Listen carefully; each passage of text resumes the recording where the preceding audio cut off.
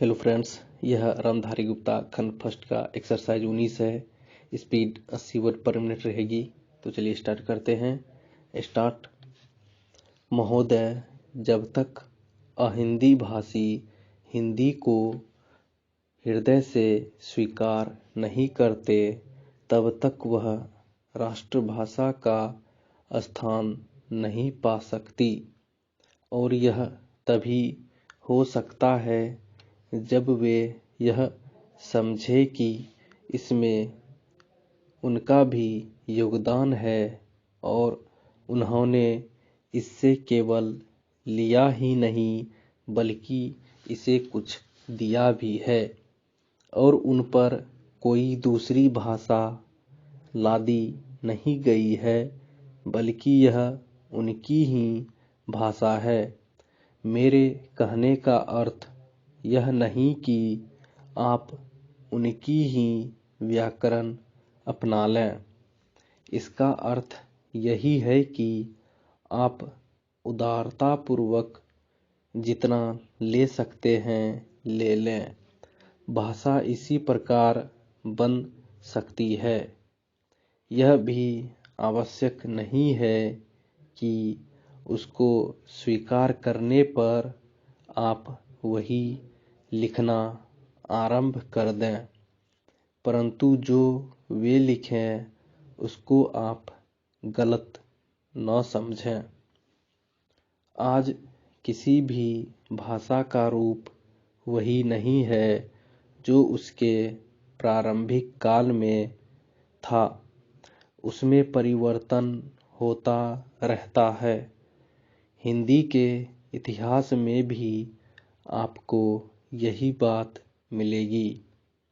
मैं हिंदी का कोई विद्वान नहीं हूँ, पर मैं अपने अनुभव से कह सकता हूँ कि उसमें भी पिछले 500-600 वर्षों में बहुत अंतर पड़ा है, तथा पहले की और आज की हिंदी में काफी अंतर है।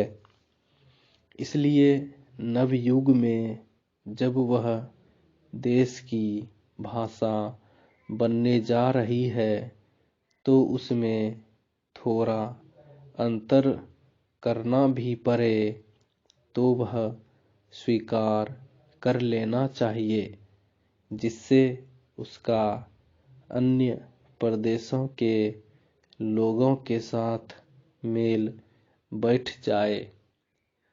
कई अहिंदी भाषी लोगों ने भी हिंदी की काफी सेवा की है। आपके राज्यपाल महोदय अहिंदी भाषी हैं और इन्होंने अपनी भाषा की बड़ी सेवा की है।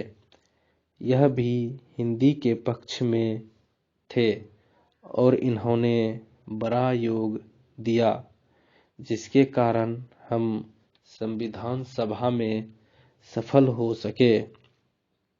इनका भी यही विचार है जो मेरा है। मैं चाहता हूँ कि इनको भी हिंदी की सेवा करने का अवसर दिया जाना चाहिए। उसका फल हिंदी के लिए और देश के लिए अच्छा ही होगा।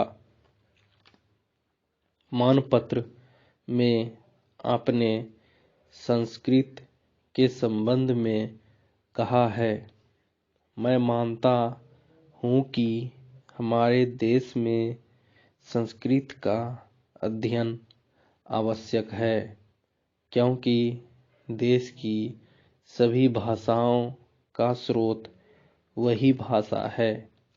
संस्कृत से हमारा संबंध अटूट है।